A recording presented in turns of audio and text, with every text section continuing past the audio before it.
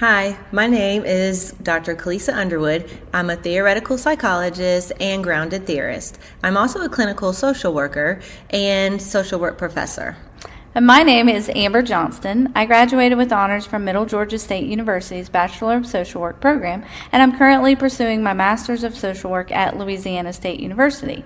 We will be speaking to you about the need for professionals in the field of social work to embrace the formal research practice as a means of elevating professional practice. In particular, I have found that grounded theory is a methodology uniquely suited to address the wide scope of social work practice. We will explore how grounded theory and social work are a perfect pair, examining the positive implications of integrating these two approaches, particularly in academia, where appropriately trained professionals can enhance their understanding and practice. Social work is a profession in the field of mental health. For an individual to consider themselves a social worker, they must complete at least one specialized degree at either the bachelor's, master's, or doctoral level. They also must have formal field training, typically in the form of internships and supervision. Social workers must also become licensed through years of supervised training and a board exam in order to work independently as a mental health practitioner. There are a variety of licensed mental health providers. However, social workers are uniquely trained to initiate change in a social capacity. This can be done on the individual level through therapy or case management services, on the organizational level as managers or supervisors at agencies, on the community level as providers of the social services, or even on the international levels as advocates for effective social policies. Now, of course, we are biased, but we strongly feel that social workers are the key to resolving many of the social issues that we are experiencing in modern society. This is due to the fact that social work is designed to intentionally focus efforts on areas of social justice, oppression, and human rights. These concepts are written into our code of ethics, so if social workers are not actively challenging injustice and empowering clients, they're not demonstrating professional ethics. Many other mental health professions are not held to such high standards for social equality. Grounded theory is a research methodology used to generate a theory about patterns of human behavior based on collected data. Typically, in the fields of social sciences, qualitative methods are used to describe a phenomenon, while quantitative methods serve for verification of presumed ideas. But grounded theory is a unique research method that systematically generates theory. Classic grounded theory is inductive, meaning that it generates a theory from data directly provided by the participants, as opposed to the researcher's own personal presumptions, for example. This methodology can serve as a means of combating the temptation for researchers to use data in a way that might only support their original ideas or hypotheses, if you will. Grounded theory has evolved into several different variations since its introduction in the 1960s. While I believe that classic grounded theory remains the most authentic approach to generating theory, all forms of grounded theory offer a deeper sense of integrity by staying true to the data and honoring the lived experience of individuals. Another unique quality of grounded theories is that they are modifiable, meaning that they can be changed or adjusted at any time after development. So, if the researcher discovers new data that's relevant, it can be analyzed and incorporated into the theory even after publication. There are many principles and ideas that are paramount to social work study. I'm going to discuss several of them here, showing how they are all connected to the development of a competent and ethical professional. I'm also going to provide a brief explanation of how these particular principles are all reinforced by knowledge in grounded theory as well. As previously stated, social work is a field of social services that focuses on advocacy and social justice. A distinctive feature in social work education is the formal training on how to identify and strategically combat societal oppression. One way in which we do this is the use of a strengths-based perspective, where we develop an incredible ability to recognize strengths and inherent good in all people and circumstances. Social workers also utilize a person and environment framework, understanding that people are deeply influenced by their environment and cannot thrive in toxic settings. As social workers, we continually maintain a stance of open-mindedness and empathy towards the challenges experienced by our clients. We are also expected to demonstrate evidence-based practice to ensure that we critically analyze all professional influences, approaches, and modalities. Lastly, we will discuss how social workers are trained to follow a structured approach called the plan change process to facilitating change with the clients. So let's start with social justice, since it's one of the core values in the social work profession. This is demonstrated by active efforts to address, challenge, and dismantle forces of inequality and oppression. Social workers have an ethical duty to advocate on behalf of those who experience systemic disadvantage. Much of social work is based on the pursuit of an equitable distribution of resources to help bridge the gaps of social disparity. The cornerstone of social justice efforts is the protection of human rights such as the right to safety, dignity, and self-determination. The commitment to social justice is fundamental to social work practice, motivating social workers to advocate for marginalized populations, challenge systemic oppressions, and work towards a more equitable society. In comparison, grounded theory is the foremost appropriate method to inform, promote, and develop social justice initiatives. Grounded theories can withstand the test of time and the pressure of contentious topics. The strengths-based perspective promotes a shift in mental health towards potential and capacity building away from a focus on deficits and problems. This focus empowers clients and communities by motivating them to leverage their resources. This in turn builds resilience and rebuilds self-esteem by encouraging the client to practice self-determination. A strengths-based approach teaches professionals that clients have the right and ability to actively participate in setting and achieving their own goals. The strengths-based perspective emphasizes that every individual has capabilities and resources that can be harnessed for personal growth and problem solving. Social workers use this approach to support clients in identifying and utilizing their strengths to achieve their goals. Grounded theory reflects a strengths-based perspective by providing a platform for anyone to tell their story in the way that they see fit. Person environment is a concept used to help understand individual functioning or behaviors as a representative component of the much larger social context. This approach recognizes the impact that a person can experience from an infinite number of sources, such as other individuals, community resources, and even social norms. The person and environment framework is predicated on the fact that human beings are social creatures. We survive and thrive through human interactions. No person can live without being influenced by an interaction with another person. But when we realize the vastness of those interactions, it can quickly become overwhelming. Individuals are singular factors of a larger system, and in most cases, many larger systems. And our perceptions are influenced by our experiences within those systems. The person and environment framework helps social workers understand the complex interplay between individuals and their environments. By considering various external factors, social workers can develop more effective interventions that address both individual needs and environmental influences. Through grounded theory, social workers can learn to embrace the complexities of the person and environment approach by exploring broad, generalizable topics. There is no need to narrow down a grounded theory study because social influences are not narrow. Empathy in social work practice is the ability to understand experiences from the client's perspective. This skill helps to build strong and safe relationships with clients so that the work together can be collaborative, meaningful, and engaging. Empathy requires active listening to truly connect with clients by trying to understand their point of view. This can only be accomplished if the worker is able to accept others for their own inherent worth as individuals who are deserving of dignity and do not deserve to be judged for their misdeeds. Cultural competence is the first step to engaging empathy and open-mindedness due to the exposure to diverse perspectives and experiences. Empathy allows social workers to connect with clients on an emotional level, while open-mindedness ensures that social workers respect and consider diverse viewpoints and experiences. This combination fosters a supportive and inclusive environment. Grounded theory encourages empathy and open-mindedness from the very beginning, with the requirement to minimize preconceptions so as not to influence data analysis. This fosters the ability to focus work on the clients and not the desires of the worker.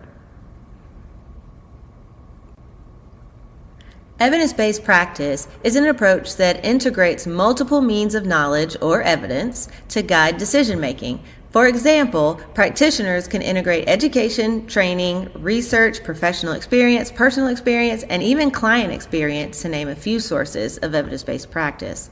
The goal of this approach is to provide the most effective services possible.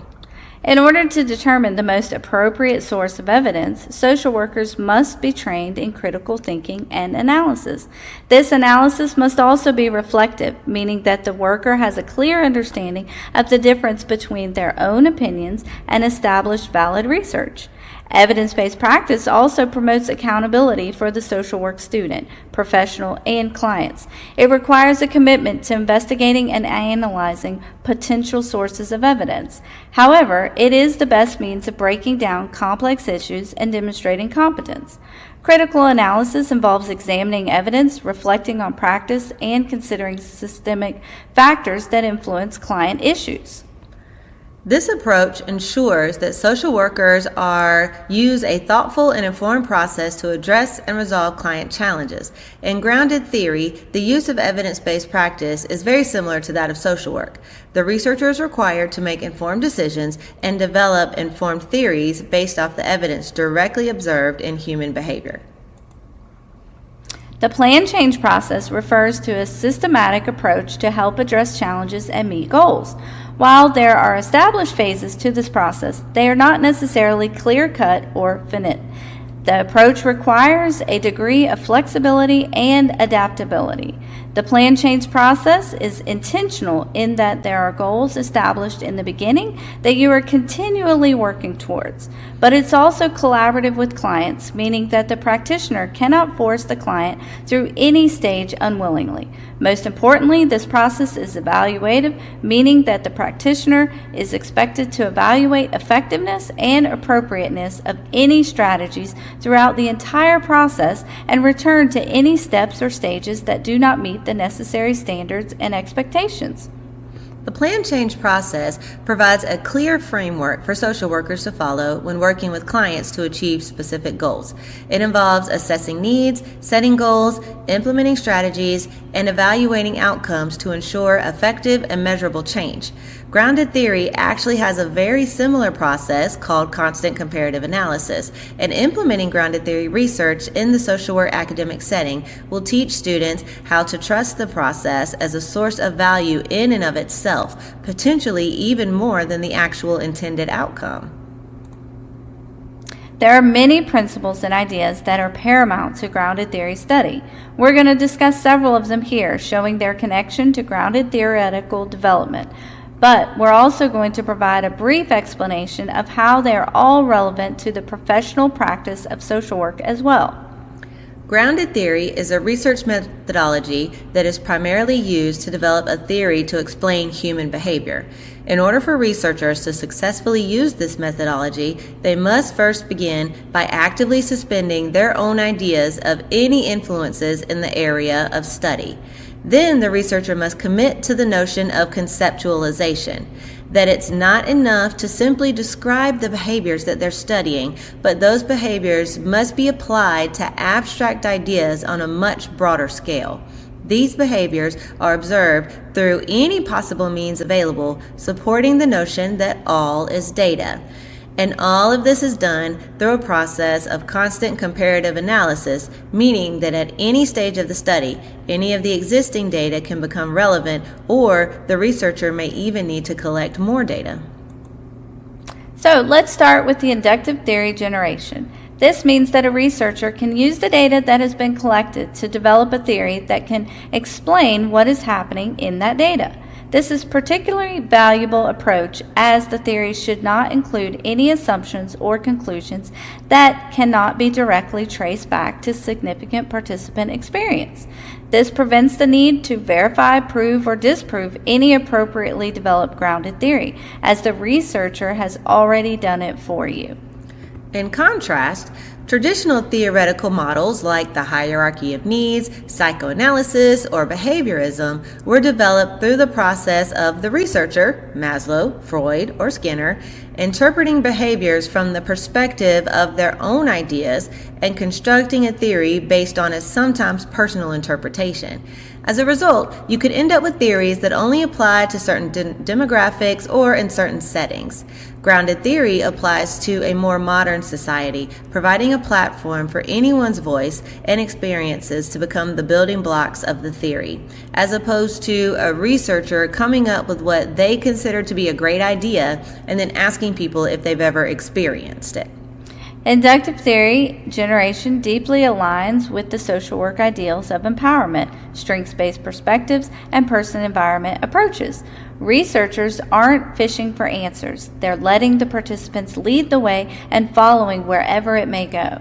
These skills are invaluable in social work training as it will prepare the professionals to observe behaviors and then formulate insights such as potential diagnosis or treatment plans that are based on collaboration with clients to meet their goals and not just our assumption of clients' needs. In grounded theory, minimizing preconceptions is based on the idea of reducing preconceived notions that the researcher might carry into the study regarding the particular topic of interest. These notions can derive from social influences like biases, stereotypes, or opinions, just to name a few, but it's important to note that we all have them. As human beings, preconceptions are unavoidable, so the goal is to minimize the impact that they may have on your theoretical development. Some of the most effective means of doing this are by remaining open-minded, being self-aware, and using critical thinking skills. Being open-minded helps to accept the possibility that our own worldviews are not always the most accurate and that there are other perspectives out there. Being self-aware helps to understand where one's opinions or ideas end and where the data may begin. And using critical thinking is how researchers can make appropriate decisions when outside of their realm of familiarity. Minimizing preconceptions is relevant to research as this approach helps to avoid bias when developing a theory. Alternatively, minimizing preconceptions is relevant to social work practice as it can help clinicians look at client circumstances from a non-judgmental stance, not comparing their lives to our own, but respecting the client's experience in its own right. Conceptualization in grounded theory involves developing abstract ideas and frameworks to explain patterns of behavior. Through techniques like coding, theoretical families, and memoing, researchers organize and refine their ideas to build comprehensive theories. Conceptualization is the focal point of the inductive process. This is what allows the researcher to effectively transition from specific examples or stories to the generalized meaning within those stories to the broad social implications of the experiences. Coding helps the researcher begin to break down every single piece of data and identify patterns within a participant's story. Memoing is how the researcher starts to flesh out the significance and abstract context of all the data. As data analysis progresses, the concepts become more and more abstract, being conceptualized at higher and higher levels. Remember when we said that grounded theories can literally be traced back to specific pieces of data? Well, conceptualization is how that's possible. It creates an organized way of developing ideas that ensures the structural integrity of the theory. Now, in the field of social work, conceptualization enables professionals to understand individuals' issues within a broader social context, equipping them with tools to address complex social problems effectively. Through this approach, social workers are able to simultaneously understand that circumstances can be specific to individual clients, but also have much greater implications within the context of a larger, complex issues. In our opinion, this is what gives social workers a uniquely valuable set of skills to address modern social problems. The phrase all is data was coined by the founder of classic grounded theory, Barney Glaser. This means that any information shared during the research process has equal potential to be relevant to the study.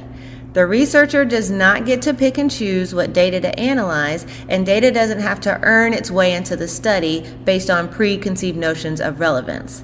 In a sense, the data actually has to earn its way out. Grounded theory methodology is not limited to qualitative or quantitative analysis, even within the same study. So the researcher isn't bound to survey results or interviews for data. They're free to analyze any form of communication, such as physical interactions, facial expressions, deep breaths, or even silence. Utilizing this skill to full effectiveness is not easy. It takes awareness of all circumstantial and environment influences, as well as willingness to critically reflect on how each of these components, including personal perspective, might influence the data analysis process. In social work, anything that provides insight into a client's experiences can be considered data for analysis, including non-traditional sources like body language or physical appearance. This requires a deep understanding of context and analysis on what is being observed beyond just words. Social workers apply these skills by analyzing all forms of communication and emotional in order to better understand and support their clients. Constant comparative analysis is a process used to identify patterns, themes, and categories in data by continuously comparing new data with existing data. To novice researchers, this process can be quite confusing and intimidating, as it would be much easier to systematically transition through phases of theoretical development from left to right. However, moving omnidirectional allows for the flexibility to adapt to the theory as new insights continually emerge. When using constant comparative analysis, the researcher must understand that from any stage in the process, they will have to jump back to any previous stage and then back again, like a never-ending game of leapfrog. The process begins by collecting some form of data, the orange square, and then analyzing it through open coding, which is shown as the yellow square, where the data is broken down and assigned codes. Through analysis or memoing, in the green square, these codes are compared and grouped into categories that represent broader themes within the data. As the themes start to emerge from the data, the researcher can then transition to selective coding, which is shown in the blue, by which they can focus efforts around those particular themes. However, they still must always go back and look for more codes, collect more data, and write more memos. This process is repeated over and over again, and new data that's collected is constantly compared to existing data. When the data no longer reveals new codes or themes that appear to be relevant to the topic, the researcher may then transition to the steps of actually developing the theory. But please note that even while writing the theory for publication, they will still repeat any and all stages of the constant comparative process. While it is definitely grueling, the constant comparative process ensures that theories are rooted in the data, because at no point does the researcher deviate from the data. Interestingly enough, the constant comparative process is a similar reflection of the plan change process used in social work practice, whereby professionals are trained to continually assess for need, analyze interventions, and evaluate progress or effectiveness of their work. So both are a wonderful demonstration of evidence-based practice where you never stop learning and developing new skills. So looking at both social work practice and grounded theory methodology, you can see how the two are a well-matched pair. They both represent an alignment with the client-centered approach to social services, ensuring that people are at the forefront of all we do. Whether as a client or a participant, people are empowered to find and use their voices as agents of change. Social work and grounded theory are also both incredible representations of the need to address issues from a holistic approach. We need competent professionals out there who can see, think, and analyze situations on multiple levels simultaneously. Exclusively micro practitioners and narrowed down research topics are detrimental to our society. We no longer have the luxury of living or working in silos. The modern world is too interdependent and complex to perpetuate exclusivity. Furthermore, flexibility and adaptability are necessary characteristics to strengthen people and systems. Social work and grounded theory will help individuals not just become comfortable with the unknown, but encourage a leap into the unknown as a means of professional integrity and development. A humanistic approach embraces the power of human potential. Pairing social work and grounded theory is a very effective means of harnessing that power. This goes beyond the idea of simply accepting others, but positions professionals to more deeply honor and value individuals for their own inherent worth. People are more than a statistic, and their experiences are more than responses to a survey. One of the greatest similarities between grounded theory and social work is the process by which they are learned. Both share a recommended procedural approach that is intended to improve practice standards and outcomes. By becoming comfortable with the constant comparative analysis and the plan change process, individuals will, in effect, become more comfortable with the perfectly imperfect nature of our world. Lastly, you can see that resisting the impacts of systemic inequalities is built into the very fabric of social work and grounded theory. Both emphasize the need to minimize personal bias that may be influenced or driven by agents of oppression.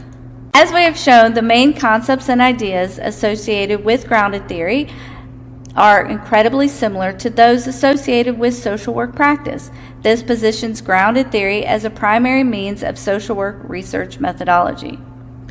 Current social work education does not emphasize a focus on research application. As a social work professor, we can attest to the fact that we'll start right oh God. Oh man, we shut down on the very last one. Okay. We'll start there and then you would just chime in. Okay. Current social work education does not emphasize a focus on research application. As a social work professor and student, we can attest to the fact that across the board, budding social work professionals are terrified of research.